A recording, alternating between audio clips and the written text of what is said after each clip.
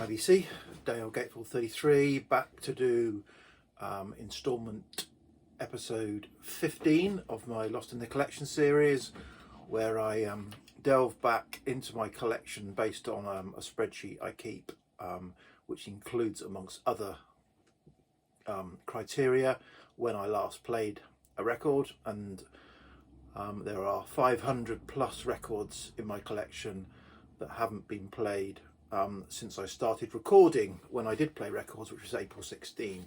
So at least 5 years they haven't been played. Now, before I get into this week's 5 records, I've had some comments, or I've interpreted some comments on these the 14 videos previously. There's sort of some incredulity about the fact that I haven't played a record for 5 years. So I'm gonna probably, is this controversial? I don't know. I'm gonna maybe bust a myth with us record collectors who think we cherish and love and give each of our records equal attention.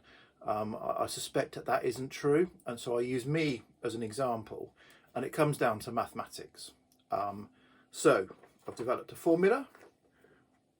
F equals N over R. Frequency a record gets played equals the number of records you've got divided by the regularity, or the number of records you're able to play in a year.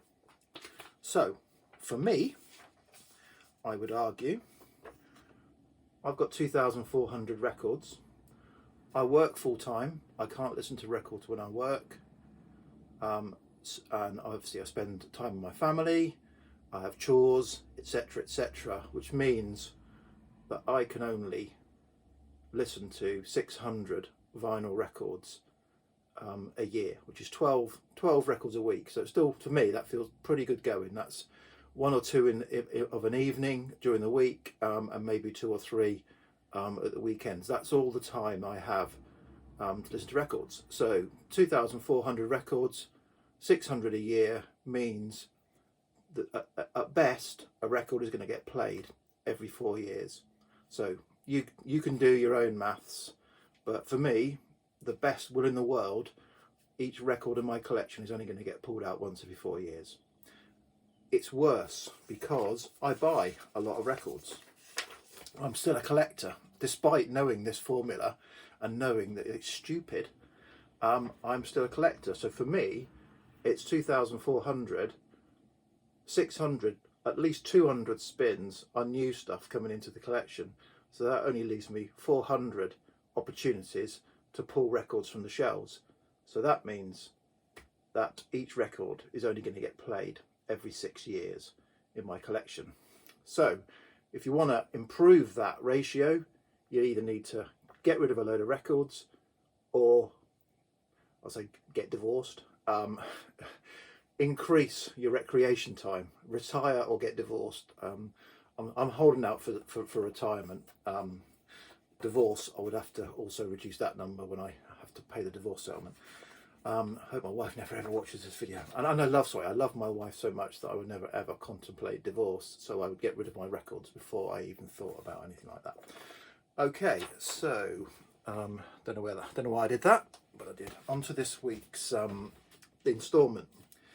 Please comment if you think I'm mad. So so if you've got a 6,000 record collection and you can only listen to 600 a year like me, then it's every 10 years you're going to play that record, and you're kidding yourself if you think it's otherwise.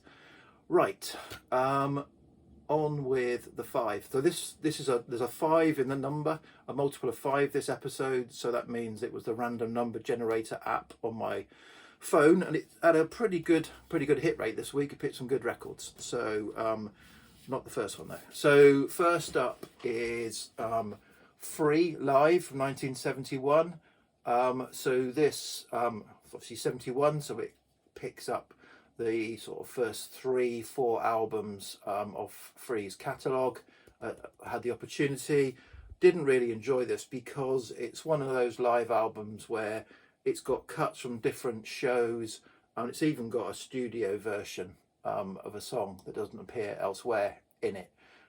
So it doesn't feel, hasn't got the feel for me. This version this is a reissue. It's not the original envelope sleeve. This is a mid-70s reissue, but it didn't really sound that great. You know, obviously the recording didn't sound that great of the material they tried. It's pretty good. So it wasn't a hit for me, if I'm honest. I love Free's first two albums. I think they're fantastic. After that, starts to wane a bit, and you know, the song "All Right Now" is one of those ones where it's been played so much in my life on the radio and stuff like that I don't think I ever need to hear it again, particularly, even though it is a great song. Okay, second up is, and given the time of year, pretty apt. So it is Talk's fantastic 1986 album. Not much on the back there. The Colour of Spring, great artwork, great album. So this is becoming my favourite. I would have said, you know, Spirit of Eden all day long.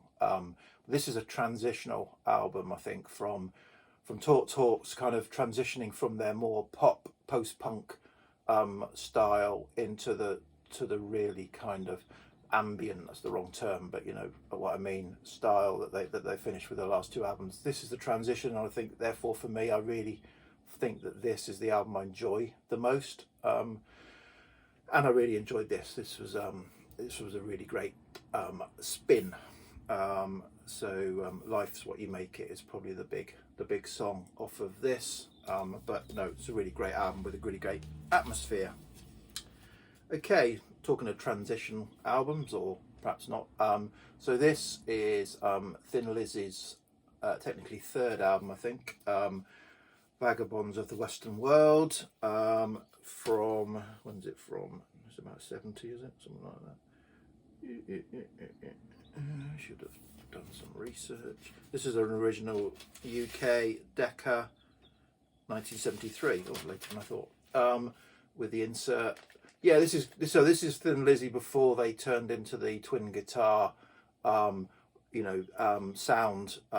It's but it's a bit of transition. But I think it's a really, really good album. It's it stands out a bit different from the rest of their catalogue that came later. But I think it's in its own right. It's a really strong album. It's got I think a live favourite, The Rocker, on it. I think the US version has got, I was going to say Whiskey in the Jar, but I don't know. The US version has got a single that's not on so this is the UK version, so it doesn't have whatever that single is that I've forgotten. But I think this, it's got a really good feel to it, a bit more of acoustic feel, a bit more ballady, or a fair amount of ballady, and enjoyable. I think that Eric Bell's guitar on this is fantastic. The guitar tone that he has is great. So next up is sort of neo-prog, modern prog UK. I've shown this before several times. This is Big Train and English Electric 1. They did a follow-up, English Electric 2. This is so English, it's untrue, and that's what I really like about Big Train. They're a progressive rock band, but they seem to have a real Englishness about them, and some of the songs, Uncle Jack, Winchester from St Giles Hill, Upton Heath, Hedgerow, Victorian Brickwork. So they're long songs. Maybe the songwriting is a little bit twee, but that's probably what I like about it. The sound is fantastic, and the lead singer's voice, whose name has gone out of my head, his voice is, and this is where I'm going to get probably controversial again.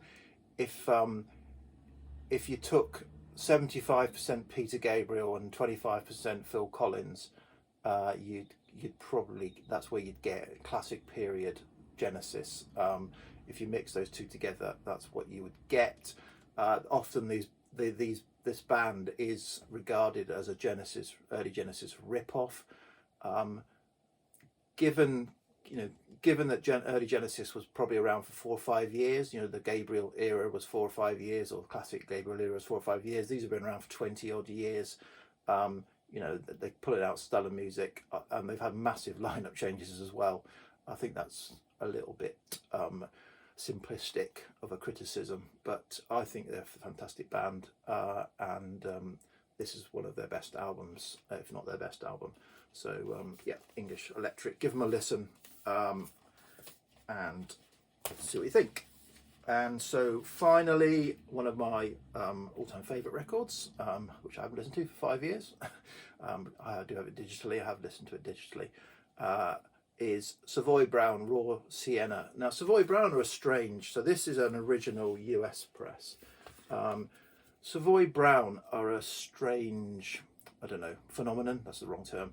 They're a UK blues rock, do the late 60s, early 70s UK blues rock sound that kind of sprung out of the mid 60s blues revival, if you like. And I think they're fantastic exponents of it. They put an awful lot. They're quite prolific, and therefore they put quite a number of albums out. But I think generally there's 4 or 5 really strong albums that they put out in the sort of late 60s, early 70s. And they've kind of moved from that bluesy rock sound through to the kind of early 70s rock sound that I like. This has got all sorts on it. It's got some horns and all sorts on it in places. But what's strange about them is they seem to have huge success, or certainly huge turnover in the States. So these records, so Raw Sienna, there's multiple US pressings, and you can probably pick them up for less than $10, maybe a bit more for a decent copy. If you want a UK original of this, it's £100, for a decent UK original. So that that implies to me that although they're a UK blues rock band, they were they sold much fewer records in the UK, particularly this album, and the one before it and the one after it. They seem to be much very rare and sought after in the UK, but to a penny in the US. I don't understand. Maybe I should read about them. But fantastic album, absolutely great. Late 60s blues, or in fact it's 1970, I think this might even be, UK blues rock. Okay, don't know what, that was a bit of a rabbit. So that's the 5. The next episode I'm quite excited about, and you'll have to wait until the next episode to know why I'm excited. But I'm really looking forward to the next episode of this. For now, that is me. I'm going to come back probably today with a quick Vinyl Finds video. So cheers, VC, bye.